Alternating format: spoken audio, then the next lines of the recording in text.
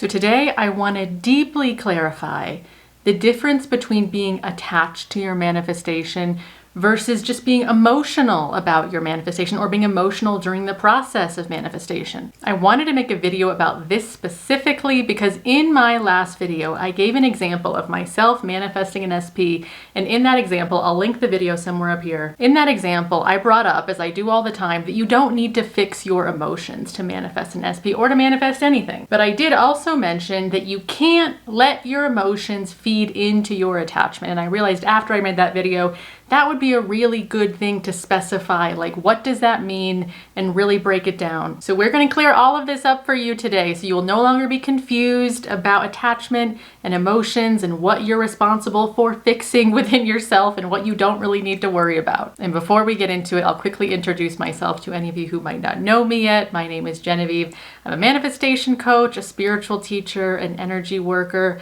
and I am here to help you manifest better, manifest healthier, have a genuinely better self-concept, an unconditionally loving self-concept that is not based on, oh, let me change my self-concept so that I can get things. We're all about genuine shifts here, genuine personal shifts here. So I try to go deep into the information. I try to explain the layers of this. I don't want this to just stay as like superficial manifestation info, because then it's like your ego consumes it and then your ego thinks it's manifesting. The ego is not manifesting. It is your soul. Your ego's only job is to simply direct your focus. But anyway, I'm getting like way ahead of myself down a rabbit hole.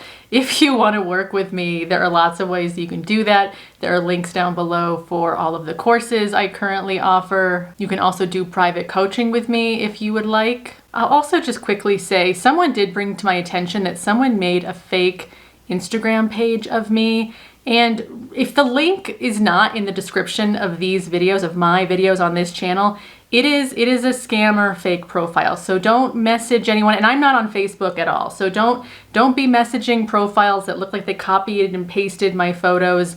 Definitely no Facebook stuff for me. If the link is not directly in these videos, it is not me. It's an impersonator trying to scam you. And I just wanted to put that out there because this was just brought to my attention that there is someone on Facebook trying to impersonate Manifest with Genevieve. Okay, I think that's it. Let's get into this. How do you know if you're just accepting your emotions, or are you using your emotions subconsciously to feed an attachment to your manifestation? So first of all, as a lot of you know and have very personally experienced, one of the annoying blocks to your manifestation is your level of need of it, or your level of attachment is what we call it. When you have a high level of need or dependency or attachment on a physical thing outside of you, you are in lack, you are in separation consciousness, and you are repelling that thing that you are trying to manifest. And I get it, it's annoying because often our most important manifestations, the things that brought us to these YouTube channels to begin with,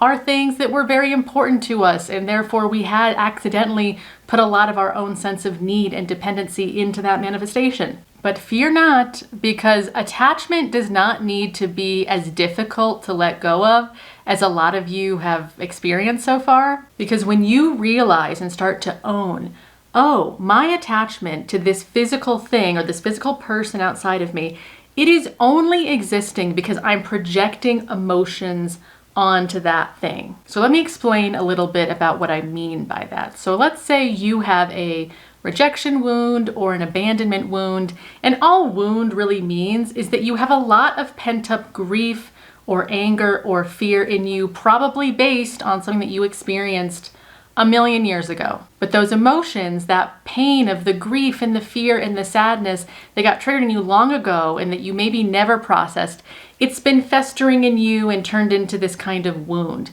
Then you meet your specific person, you meet your SP, and you immediately project onto that SP, this person, when they accept me, when they physically love me, when they physically start to give me their attention, that will fix these feelings, these rejection feelings that I've always been running from, that I really don't like. They're gonna fix this grief I feel, this fear I feel, this loneliness I feel. They're gonna fix that. That right there, that is attachment. And I will literally say 100% of the time, attachment really is that simple. You have projected an emotion onto someone or something, and you think that that emotion within you will be fixed once you get that thing or you get that person in the physical. Because remember, this is all the ego doing this as well, and the ego is obsessed with physical stuff, physical validation. The ego has trouble with this spiritual oneness stuff because the ego's whole purpose, why we physical humans have an ego,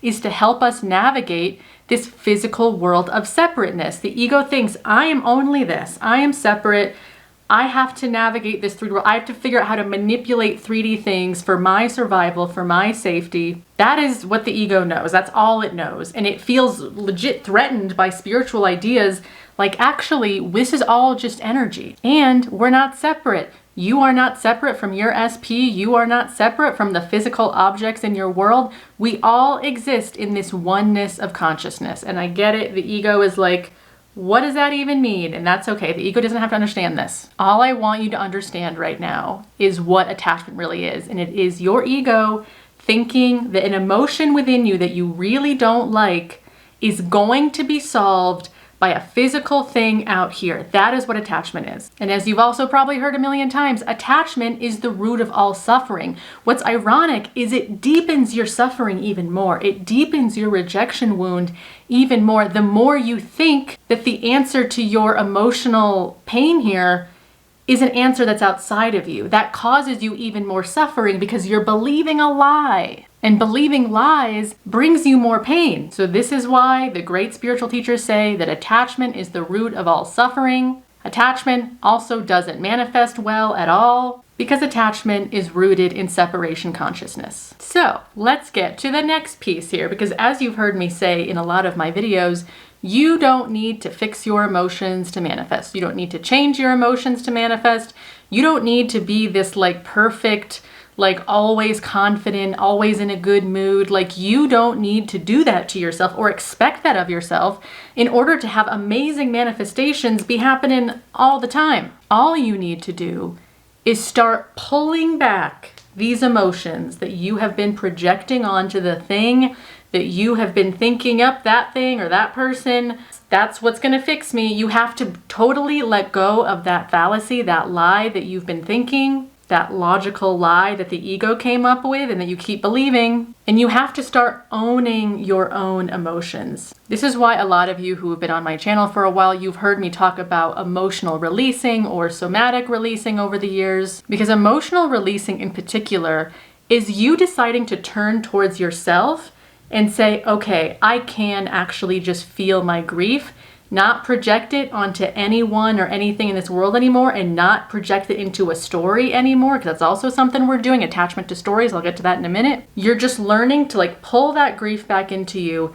and just feel it and accept it until it neutralizes it. And I get it. Feeling it means sometimes you're going to be writhing on the floor crying because you're having a huge purge of grief. For some people, not all people, but for some people, when you have a lot of an emotion like grief in you, it wants to be expressed. But here's the thing too, with emotional releasing, that expression of grief, even if you are writhing on the floor crying, it's usually quite cathartic. There's a really big difference between cathartic emotional releasing versus spiraling in the old story. Crying and spiraling in the old story, that's very mental, and it never feels good. It never feels cathartic. It feels like you're stuck because you're in this mental story loop that's making you sad. So this is what I mean too about we have a lot of attachments to our own old narratives about ourselves. A lot of you, pretty much everyone, they have like a habitual response to their feelings, especially negative ones. Like when you feel sadness, boom, that always means that you are alone or you're always left. So let's say you just have this habitual response. At the minute you feel sadness, you're like, oh, I'm alone. And sadness immediately gets channeled into that story that says I'm alone or I'm left. That is also a projection. It's a projection of an emotion into a narrative, a 3D narrative that we no longer want to be obviously identifying with. So instead, this process is all about, I'm just going to feel my sadness or feel my fear or feel my grief, whatever it is. And I am no longer projecting onto anyone or any thought a story that exists only in separation consciousness. A story that says I'm a victim because nobody's choosing me, or oh, I'll only feel better if my SP calls me and gives me that attention I'm craving from them. Instead, you are learning to just feel this feeling, to just validate it and say, yeah, I feel sad right now, and maybe I need to go cathartically cry for 20 minutes or whatever it is, but it is okay. I love myself. I am safe with myself. I am safe with my emotions. I'm not threatened by my emotions. I don't project my emotions onto people, places, and things in this weird attachment, separation, consciousness kind of way. I don't expect anyone or anything to fix my negative emotions. I am sovereign. I am strong within myself. This is true self-concept stuff, because your self-concept is really just about the relationship that you have with yourself. When you feel a negative emotion, how do you treat yourself in the face of you having that emotion? Do you continue to love yourself unconditionally? Do you continue to accept yourself? Do you continue to believe that people are going to show up for you, that people love you, or that you're going to be successful even in the moments that you're having a hard day or you're feeling a hard emotion? Again, this is true deep self-concept stuff. And this is the thing I mean by you don't need to fix your emotions in order to manifest. As long as you are holding those emotions and expressing them in that more raw way is the way that I can best explain it, where it's just like raw sadness, where it's like, yep, I'm sad right now, but you're not letting the sadness feed too much into a narrative in your head. And that also means for some of you that maybe when you're sad, you need to repeat a mantra or an affirmation to yourself, a very self-concept oriented affirmation, like, I love myself, I love myself. And you're just allowing that sadness to be there and maybe start moving and being expressed. The bottom line is, when you realize your SP is not going to fix you, your manifestations in general are never going to fix you. And in fact, those big manifestations that you want, they can only come in when you finally get into oneness consciousness with them. And that's realizing my SP isn't really outside of me. I am my SP, and my SP is me. So yeah, how could I have ever believed the lie that they were some separate thing from me and I needed their attention and they were going to fix my feelings about myself? How could I believe that when really they've just been me this whole time and I've been them this whole time? It's like, whoa, all I needed to do was just get right with my own self, handle my own emotions better, channel all my emotions into a higher, more loving self-concept, and boom, I'm in oneness with my SP. I've broken that pattern of giving into separation consciousness. And I know I'm using a lot of like SP speak examples in this video, but that's also because attachment issues tend to play out the strongest in our human-to-human relations. But for sure, attachment to other stuff can really affect us. The next big one after love and relationships is obviously money. Obviously, most humans have a strong attachment to money because our ego perceives it as, I literally need that to live. And I get it, ego. In this physical world, we do need money and resources to live. But if you are continuing to interact with the energy of money in that separation consciousness kind of way, and you keep giving yourself that kind of victim story of like, well, I need money and where is it? How come I can't manifest it? You need to realize that is the energy you're pushing out. You need to get into a oneness kind of energy with money, realizing that money is just an energy. It's an energy of value. It's an energy of obviously abundance and having a lot of resources, but it's especially an energy of value. So you have to ask yourself, do I feel valuable enough for money? Do I honor my own value? Do I assume that money, the energy of money, thinks I'm valuable? And I know now I just went on kind of a tangent about money in this video. I should probably make a whole nother video about money, so I will do that more in the future. But really, this attachment stuff comes down to anytime you're looking at your manifestation in the physical sense, like it's the physical thing, like, oh, if that company hired me, that would fix me. Or, oh, if my boss gave me really good feedback, that would fix me. Anytime you're doing that, you're projecting an emotion, thinking there's something about you, an emotional thing usually about you that you think is going to be fixed. If physical thing happens to you, you know you're in attachment. And as I said, it's easy, but it takes discipline and focus to keep calling yourself out and be like, nope, this is how I actually feel it. Like if I'm noticing I'm going into attachment, I will physically feel myself pull the energy back in, like pulling my emotions back in. I'm not allowing them to keep projecting out and pushing out in that kind of backwards way anymore. I'm pulling the emotion back in and I'm just honoring it and feeling it in a raw way. I'm saying, okay, I see you there. I see you there, sadness or whatever it is that's here. I'm just going to honor you and hold you. You don't need to be pushing out into this situation in a negative separation, attachment, wounded kind of way. I remind myself that. And again, last reminder, when you're pulling that emotion in, you're not trying to fix it. A lot of people think that emotional releasing is about fixing the emotion yourself. Like, oh, I have all this sadness. Well, I'm going to honor it until it goes away. Remember, you're not trying to make it go away. Another paradoxical thing, especially when it comes to emotions, is you are just wholeheartedly accepting that it's there. It's not really accepting of the emotion.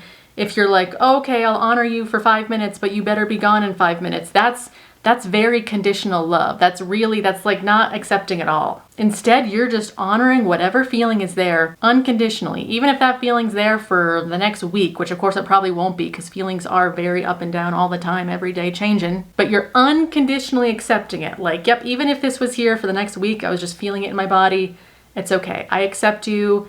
I love myself. I know that everything's working out for me. I can hold this sadness and not allow it to push out into attachment anymore. And it's a paradox because when you do that, the sadness does tend to kind of cycle itself out a little faster. But the more you're resisting it and the more you're like, oh my God, why am I still sad? That's when it tends to stay and stay and stay because you're still in self-rejection. So as I said, this does not need to be difficult. Now that you have clarity on what's fueling your attachment, it simply takes discipline to work with yourself, be so kind and loving to yourself about this stuff. But in your mental diet, you are gently calling yourself back to this moment, calling that emotion back in, and calling yourself out that you're not going to let it project into any sort of oh, you're going to be saved by these manifestation things anymore. You can't be saved by something that you already have. Remember, as manifestors, we're acknowledging, I already have that. It doesn't exist out there in the physical world. I already have it within me in the energy that I'm claiming. Okay, that is the end of this video for today.